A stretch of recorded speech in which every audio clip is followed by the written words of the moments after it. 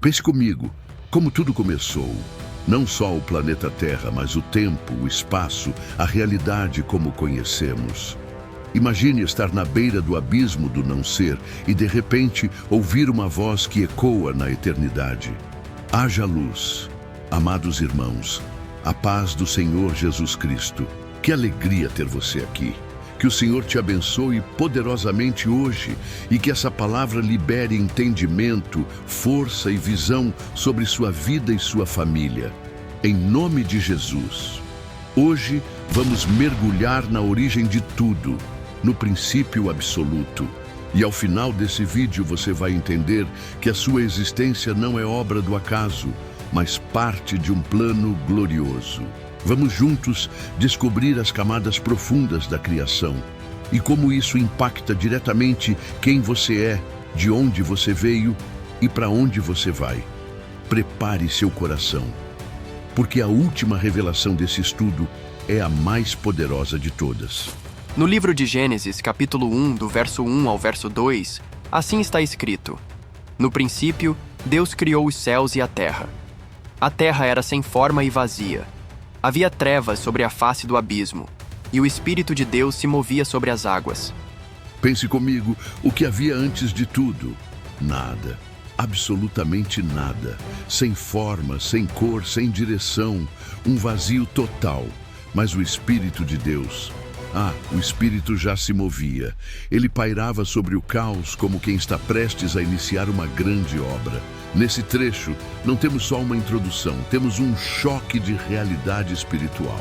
O universo estava desorganizado, mas a presença de Deus já estava ativa, pronta para transformar. Reflita então. Talvez você esteja se sentindo assim, com a vida fora de forma, vazia, escura. Mas saiba, o Espírito de Deus está se movendo sobre você. Ele ainda age no meio do caos. O mesmo Deus que criou o cosmos também pode colocar ordem na sua alma. Então, respire fundo. Pense nisso. Você já percebeu que as maiores transformações da sua vida começam exatamente nos momentos mais confusos? Não fuja do caos. Convide Deus a pairar sobre ele. Isso faz sentido para você? Segundo o livro de Gênesis, capítulo 1, do verso 3 ao 5, assim está escrito: Então Deus disse: Haja luz, e houve luz. E Deus viu que a luz era boa, e fez separação entre a luz e as trevas. Deus chamou a luz dia, e chamou as trevas noite. Houve tarde e manhã, o primeiro dia. Me acompanhe. Aqui Deus fala, e a luz explode na existência. Não foi um processo demorado, nem um debate celestial. Foi simples. Deus disse e aconteceu. A palavra criadora entra em cena. É o início da ordem, da revelação, da clareza. A luz aqui não é só física, é espiritual. É a representação da presença de Deus, da verdade dele. E logo em seguida, Deus separa a luz das trevas. Ele dá nome às coisas, ele define, ele organiza. Reflita comigo. Deus continua falando hoje, e quando ele fala, a escuridão na sua mente, no seu coração, na sua história, recua. A voz de Deus não apenas cria, ela separa, traz clareza e nos ensina que luz e trevas não podem habitar no mesmo lugar. E aí, você já pediu para Deus dizer haja luz em alguma área da sua vida? Ore por isso. Peça luz nas suas decisões, clareza nos seus sentimentos. Deus ainda fala, e quando Ele fala, tudo muda. Não é verdade? Segundo o livro de Gênesis, capítulo 1, do verso 6 ao 8, assim está escrito: E Deus disse: Haja um firmamento no meio das águas, e separação entre águas e águas. E Deus fez o firmamento e a separação entre as águas debaixo do firmamento e as águas acima do firmamento. E assim aconteceu. E Deus chamou ao firmamento céus. Houve tarde e manhã, o segundo dia. Pense comigo.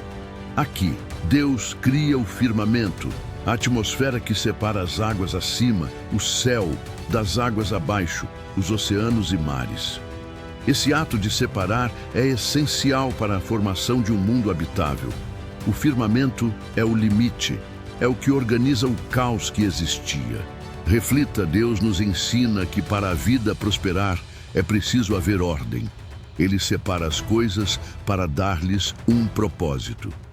Em nossa vida, essa separação pode significar identificar o que é certo e o que é errado, o que devemos manter e o que devemos descartar. Então, como você pode trazer ordem para as áreas desorganizadas de sua vida? Como o firmamento pode ser uma metáfora para as fronteiras que você precisa estabelecer. Já pensou nisso? Segundo o livro de Gênesis, capítulo 1, do verso 9 ao 12, assim está registrado na Bíblia. E Deus disse: ajuntem-se as águas debaixo dos céus num só lugar, e apareça a porção seca. E assim aconteceu. Deus chamou a porção seca terra, e ao ajuntamento de águas chamou mares. E Deus viu que isso era bom. E Deus disse: que a terra produza relva, ervas que deem semente, e árvores frutíferas que deem fruto segundo a sua espécie, cuja semente esteja no fruto sobre a terra. E assim aconteceu. E a terra produziu relva, ervas que davam semente segundo a sua espécie, e árvores que davam fruto, cuja semente estava nele, conforme a sua espécie. E Deus viu que isso era bom. Entende-se aqui que Deus reúne as águas e revela a terra firme. Ele chama a porção seca de terra e o ajuntamento das águas de mares. E não para por aí. Ele também manda que a terra produza vida, trazendo relvas, ervas e árvores frutíferas. A terra agora é produtiva e cheia de vida. Isso leva a refletir que Deus tem o poder de transformar a terra, que antes era um deserto, em um lugar fértil. Em nossas vidas, Ele também pode transformar os momentos áridos em períodos de abundância. Quando estamos dispostos a receber a palavra de Deus, Ele nos torna produtivos, gerando frutos espirituais em nós. Então, quais frutos você está produzindo em sua vida?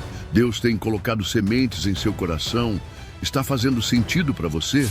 No livro de Gênesis, capítulo 1, do verso 13 ao 18, lê-se assim: houve tarde e manhã, o terceiro dia. E Deus disse: que haja luzeiros no firmamento dos céus, para fazerem separação entre o dia e a noite, e sejam eles para sinais, para estações, para dias e anos. E sirvam de luzeiros no firmamento dos céus, para iluminar a terra. E assim aconteceu. Deus fez os dois grandes luzeiros, o maior para governar o dia e o menor para governar a noite. E fez também as estrelas, e os colocou no firmamento dos céus para iluminarem a terra, para governarem o dia e a noite, e fazerem separação entre a luz e as trevas. E Deus viu que isso era bom. O que se percebe aqui é que Deus cria os dois grandes luminares, o sol para governar o dia e a lua para governar a noite, além das estrelas.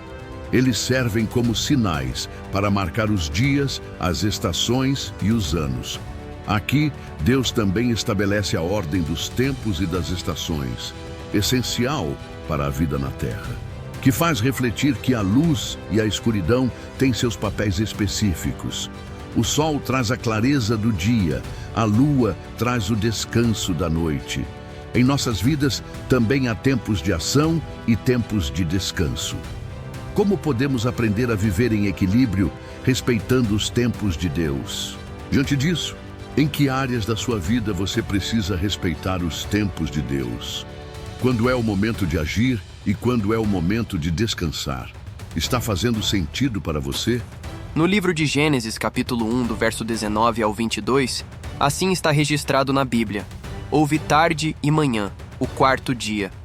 E Deus disse: que as águas sejam povoadas de enxames de seres vivos, e as aves voem sobre a terra, sob o firmamento dos céus.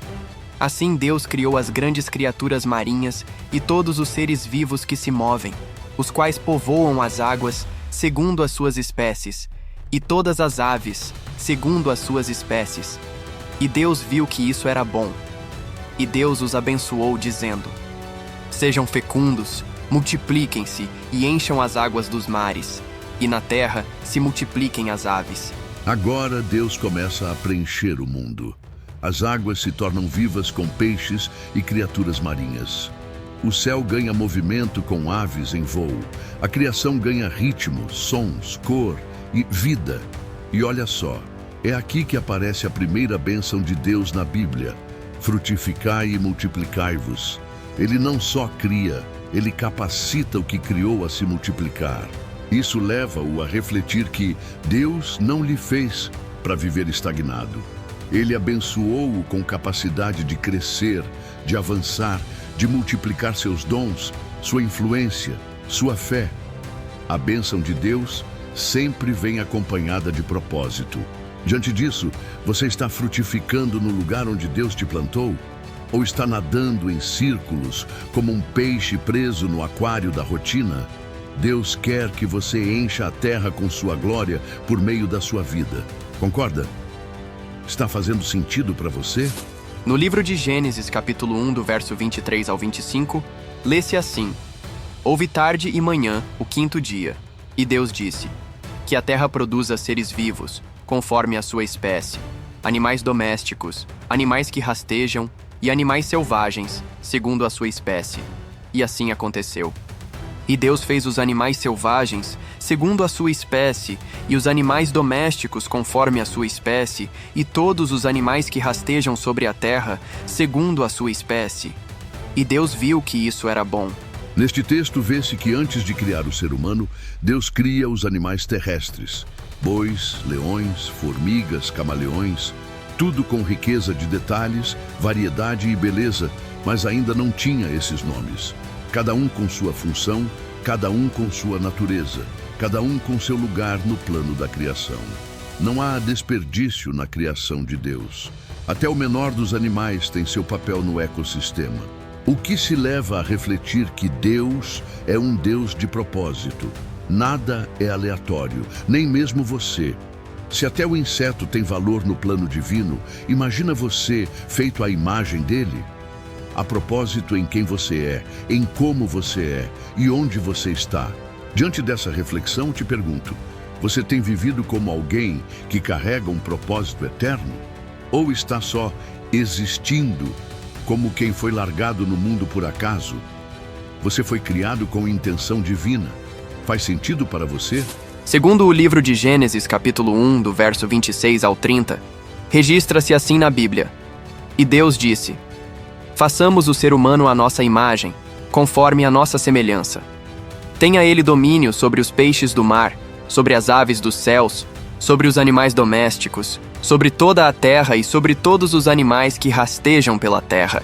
Assim Deus criou o ser humano à sua imagem. A imagem de Deus o criou.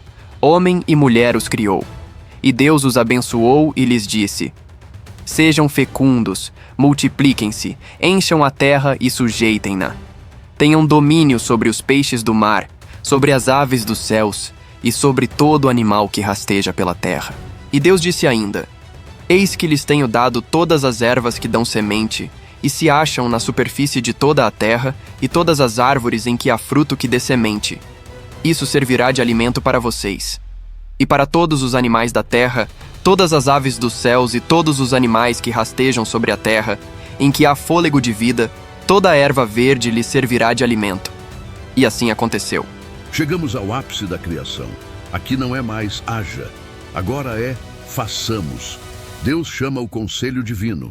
Pai, Filho e Espírito Santo agem juntos, e então ele faz o ser humano, à sua imagem e semelhança, com raciocínio, emoções, espírito e livre-arbítrio. E mais, Deus dá domínio ao homem sobre toda a criação. Ele confia a administração da terra à humanidade. Constata-se então que você não é um acidente da evolução. Você carrega a imagem do Criador. Você nasceu para governar, para cuidar, para refletir a glória de Deus. E se perdeu isso ao longo do caminho, a redenção em Cristo te devolve esse valor. Então, olhe no espelho hoje e diga: eu fui feito à imagem de Deus. Não aceite menos do que isso. Não viva como alguém que se esqueceu de quem é. Faz sentido para você? No livro de Gênesis, capítulo 1, do verso 31 ao capítulo 2, verso 3, a Bíblia registra: Deus viu tudo o que havia feito, e eis que era muito bom. Houve tarde e manhã, o sexto dia. Assim, pois, foram acabados os céus e a terra, e tudo o que neles há. E, havendo Deus terminado no 7º dia a sua obra que tinha feito, descansou nesse dia de toda a obra que tinha feito. E Deus abençoou o 7º dia e o santificou, porque nele descansou de toda a obra que, como Criador, tinha feito. Então, Deus não apenas cria, ele contempla, ele descansa. O descanso de Deus não é cansaço, é satisfação. É o prazer de olhar para algo completo e perfeito. E aí nasce o princípio do descanso, separado para parar, refletir, adorar. Isso leva à reflexão que Deus nos ensina a importância de pausar. O descanso é santo. Você não foi criado para correr sem parar, mas para viver com equilíbrio entre produtividade e adoração. Diante dessa reflexão, te pergunto, você tem separado tempo para olhar sua vida com Deus e dizer, está bom? Ou está tão corrido que nem nota o que Deus já fez? Então, hoje, pare, respire, contemple e reconheça, Deus criou tudo isso e Ele também está cuidando de você. O início de tudo é também o propósito final. Olha que poderoso. O capítulo que começa com "No princípio criou Deus", termina com Deus descansando com a criação. Ou seja, o propósito final da criação não era só formar um mundo funcional. Era formar uma comunhão real. Um lugar onde Deus pudesse habitar com o ser humano. Esse é o plano desde o Gênesis até o Apocalipse. Estar conosco, andar conosco, viver conosco. Amados irmãos, que revelação poderosa! Você foi criado com intenção, com valor e com destino. Você é a imagem de Deus. E o desejo do Pai é que você entre no descanso dele, não apenas no fim da semana, mas no centro da sua vontade. Que a graça do nosso Senhor Jesus Cristo, o amor de Deus Pai e a comunhão do Espírito Santo estejam sobre você e sua casa. Se esse vídeo falou com você, compartilha com alguém que precisa lembrar quem é em Deus. E se prepare, porque vem mais por aí. A criação começou, mas a história continua.